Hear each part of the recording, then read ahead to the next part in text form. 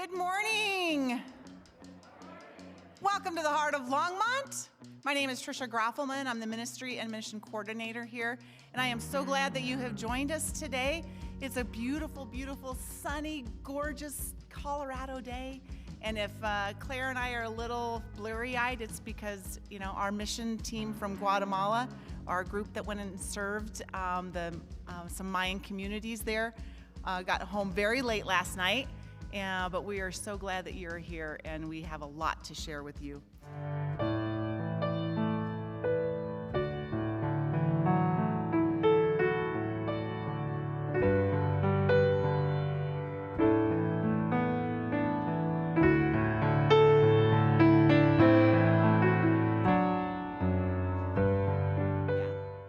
So I have a lot of things to share. We went and got to see a lot of kids. I'm going to show a couple pictures up here on the screen. And we got to see a lot of children while we were down there serving. We would go into people's homes and we would build these stoves, but we would also get to play with our parachute, and we would play with our hacky sacks, and we would play with a jump rope. Do you have a hacky sack? Yeah. So they would kick anything. Soccer didn't have to be a ball. It could be a can or a little piece of wood or pretty much anything. She had a ball and I just had a basket. We played a little basketball. So it was really cool. That little boy's name was Orly. And they also tried to help us speak some of their languages. They had a special language called Zutahil.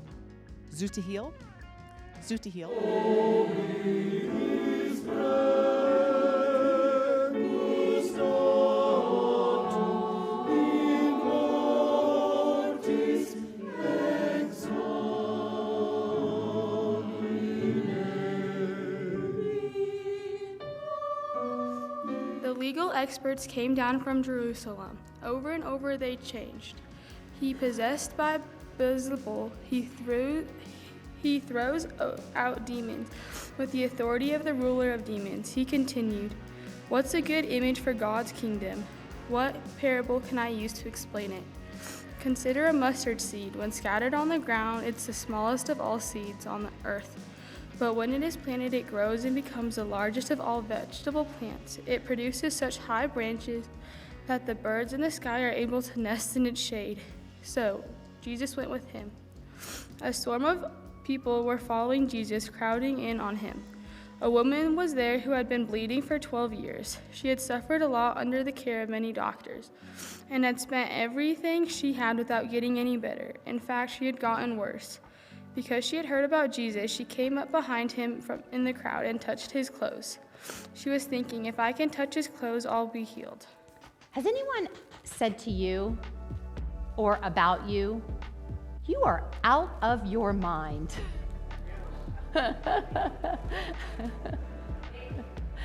anyone said when you come with an idea of justice and mercy and healing and peace, "You are crazy"?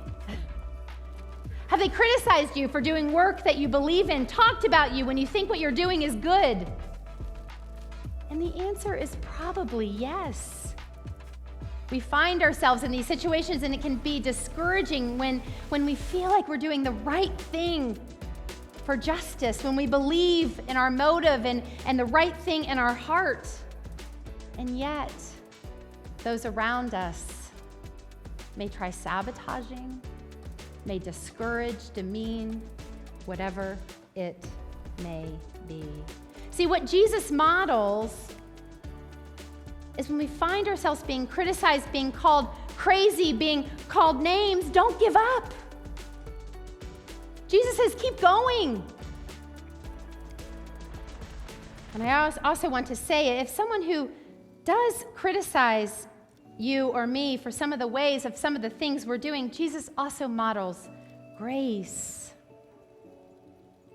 See, I hope each of us, as we live crazy lives for Jesus, can also live crazy lives for grace, especially as we begin to enter this time of election season that's going to last until Jesus returns, I'm pretty sure. And what I love is that Jesus goes on to explain, how do you do this? And he said, it happens with something that is as small as a mustard seed. If I had a mustard seed right now, you wouldn't even be able to see it. It is so small. And then it spreads, and it spreads. And true, in a mustard, with mustard seeds, once they grow like a weed. And you literally, they're almost impossible to get rid of. So think of that image that Jesus is giving to that particular culture, and he's giving it to us now. He's saying, take something as small as a mustard seed, and it'll spread like wildfire. The good, the grace, the mercy, the healing, the wholeness. That's what it means to live a life as a follower of Jesus. There's a saying that I've heard over and over, never underestimate the power of a small group of committed people to change the world. In fact, it is the only thing that ever has. So go, my friends, go be crazy. Go be crazy for Jesus, and go in peace and love. Amen.